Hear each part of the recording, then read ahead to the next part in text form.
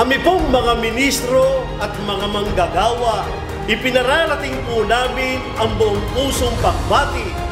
sa ating pinakamamahal na tagapamahalang pangkalahatan, ang kapatid na Eduardo Manalo, at sa tagapag-ugnay ng mga kapisalang pangsambahayan, ang kapatid na Angelo Eraño Manalo ng Happy